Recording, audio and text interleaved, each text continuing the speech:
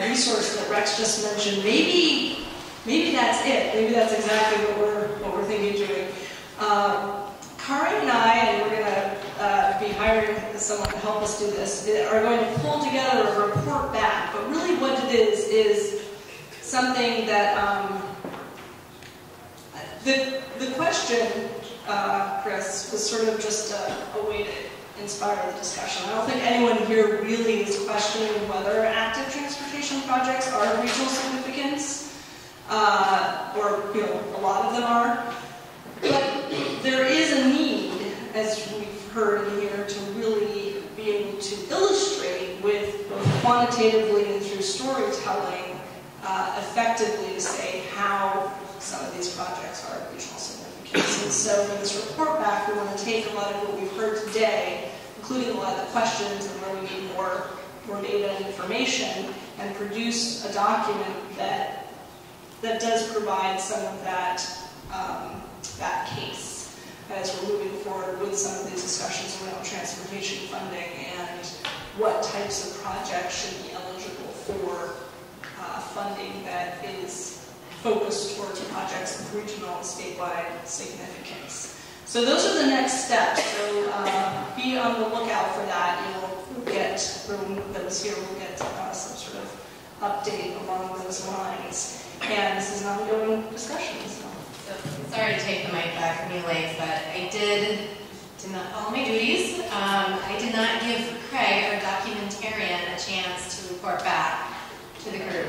So he was working hard back there, and I think he was digesting a lot of information, so we'd love to hear your thoughts on what you heard and what you reported. All right, I guess I'm another man taking microphones.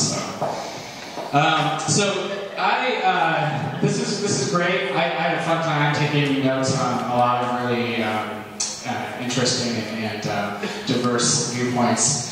And they asked me as I was going along and doing this to think about some common themes. And you guys were all here too, so you probably picked up on these as well.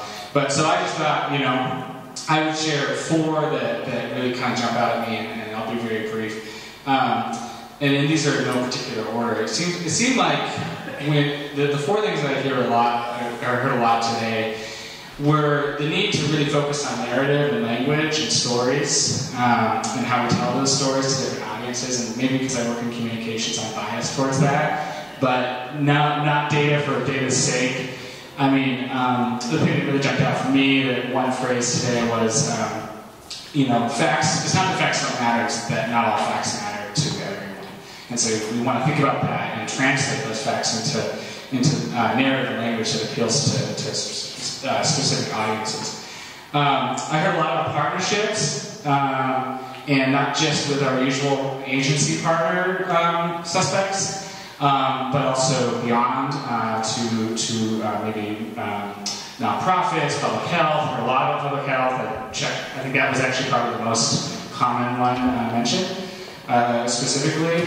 So really building those partnerships, because it's more impressive to the politicians, it's more impressive to the decision makers later on.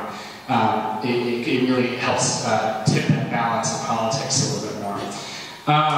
I heard a lot about not forgetting the local links, including in suburban areas, that add up to a lot more, and finding a good way to link those together and get beyond the big and the really visible and the really expensive single project.